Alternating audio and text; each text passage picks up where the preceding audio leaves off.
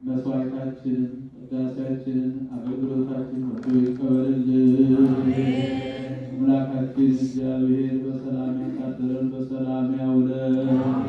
ቸርነቱ ምሕረቱ ይቅርታውን ለመላው ዓለም ሁሉ ይላክልን።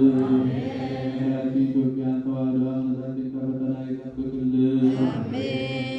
መከራውን፣ ሞቱን፣ ግጭቱን፣ ረሃቡን፣ ስደቱን፣ ጦርነቱን ከሕዝባችን ከዓለማችን ያስወግድልን። ሰላሙን፣ አንድነቱን፣ ፍቅሩን፣ መተሳሰቡን ለሕዝባችን ይመልስልን።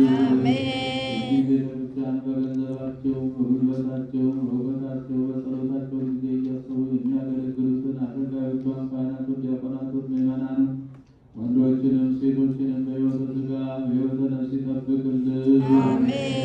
ይማርልን። ነፍሰ ገብሩ ገብረ መስቀል ሀገረ ሕይወት መንግሥተ ሰማያትን ያወርስልን።